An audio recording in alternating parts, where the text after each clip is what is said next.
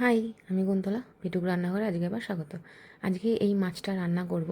এটা হচ্ছে আর মাছ, খুব বড় সাইজের মাছ ছিল। আর এটা যেহেতু আঁশবিহীন মাছ, তাই একটুখানি না কষিয়ে রান্না করলে ভালো লাগে না।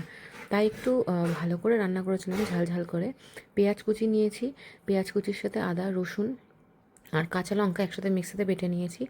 আর আরেকটু পেঁয়াজ কুচি রেখেছি, যেটা একদম ভাজা ভাজা করে মশলাটা দেবো।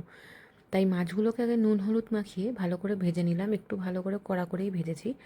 অনেক বড় সাইজের মাছ ছিল, আর এই মাছ খুব তেলে ফোটে, মানে তেলটা ফাটতে থাকে। তাই খুব সাবধানে এই মাছ রান্না করার সময় রান্না করবে, আর দিয়ে সঙ্গে সঙ্গে এক হাতে ঢাকনা রাখবে, যাতে ঢাকনাটা দিয়ে দিতে পারো। মাছ ভাজা হয়ে গেল, এই মাছ ভাজার তেলেই আলুটা ডুমো ডুমো করে রেখেছিলাম, ওটা দিয়ে ভালো করে নুন দিয়ে আগে একটু ভালো করে ভেজে নেব। আলু ভাজা হয়ে গেলে আলু তুলে রেখে দেবে। তারপরে এই তেলটার মধ্যেই, তেল যদিও মনে করো আটটু কম খাবে, তেল কমিয়ে নিতে পারো। এরপরে এই তেলের মধ্যে জিরে, সাদা জিরে, শুকনো লঙ্কা আর তেজপাতা ফোড়ন দিয়ে ভালো করে ওটা ভাজা হওয়া অবধি একটু রাখবে, যাতে শুকনো লঙ্কা আর জিরে থেকে একটা তেজপাতা থেকে সুন্দর গন্ধ বেরোবে, ততক্ষণ অবধি কিন্তু পুড়ে না যায় সেটাও খেয়াল রাখতে হবে। তারপরে পেঁয়াজ যে কুচিটা থাকবে ঝিরি করে কাটা, সেই পেঁয়াজটা দিয়ে দিতে হবে। পেঁয়াজ কুচিটা দিয়ে ভালো করে ভাজা ভাজা করতে হবে, যাতে পেঁয়াজটা হালকা ব্রাউনিশ হয়ে ভাজা হয়ে যায়, তাহলেই একেবারে সুন্দর মিশে যাবে পেঁয়াজটা তেলের সাথে। এরপরে পেঁয়াজটা ভাজা হয়ে গেলে তার মধ্যে অল্প করে যে মশলাটা আমরা বেটে রেখেছিলাম, আদা রসুন পেঁয়াজ আর কাঁচা লঙ্কা, এখানে কোনো শুকনো লঙ্কা আমি বাটা ব্যবহার করিনি, শুধুমাত্র কাঁচা লঙ্কা দিয়েই রান্না করেছি। ওই বাটাটা অ্যাড করে দেবো। এরপর আমি কাশ্মীরি লঙ্কার গুঁড়ো অ্যাড করলাম, ঝাল লঙ্কার গুঁড়ো কিন্তু আমি দিইনি। কাঁচা লঙ্কার যে ঝালটা ছিল, সেই কাঁচা লঙ্কার ঝালটাই এখানে ব্যবহার হবে। কাশ্মীরি লঙ্কা গুঁড়ো দেওয়ার পর একটু জিরে গুঁড়ো, একটু ধনে গুঁড়ো অ্যাড করলাম।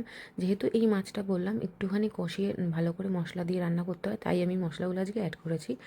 এরপরে মশলা থেকে তেল ছেড়ে আসলে টমেটোটা স্লাইস করে কেটে অ্যাড করে দেবো, দিয়ে নুনটা দেবো। তারপরে কিছুক্ষণ নাড়াচাড়া করবো, যাতে টমেটোটা কিছুটা সেদ্ধ হয়ে যায়। কিছুটা টমেটোটা নরম হয়ে আসবে, তারপরে একটুখানি জল দিয়ে দেবো। যেহেতু গুঁড়ো মশলা আছে, তাই তলায় লেগে যাওয়ার চান্স থাকে, তাই কষা করার জন্য ভালো করে একটু জল দিয়ে ভালো করে কিছুক্ষণ সময় নিয়ে এটা কষাতে হবে। এই মশলার যেহেতু মধ্যে অনেক রকমের মশলা যেহেতু আছে, মানে পেঁয়াজ আদা রসুনও যেমনি আছে, জিরে ধনে গুঁড়োও আছে, তো সেই জন্য একটু টাইম নিয়ে এটাকে কষাতে হবে। একদম মশলা থেকে পুরোপুরি তেল ছেড়ে যাবে। তারপরে আমি একটা বাটির মধ্যে গরম জল করে রেখেছিলাম, ওই গরম জলটা ভালো মতো ফুটিয়ে নিয়েছিলাম, ওই জলটা অ্যাড করে দেবো। এই দিয়ে তারপরে কিছুক্ষণ আমি 4-5টা কাঁচা লঙ্কা দিয়েও ফুটিয়ে নিয়েছি। দিয়ে মাছটাকে আমরা অ্যাড করে দেবো যতক্ষণ দেখবো যে আলুটা সেদ্ধ হয়ে এসছে। এরপরে যখন শেষ রান্না, তারপরে নামানোর ঠিক আগে গুঁড়ো গরম মশলা অ্যাড করে ভালো করে নাড়িয়ে চাড়িয়ে কিছুক্ষণ ঢাকা দিয়ে রেখে দেবে, ব্যাস ঝোল রেডি।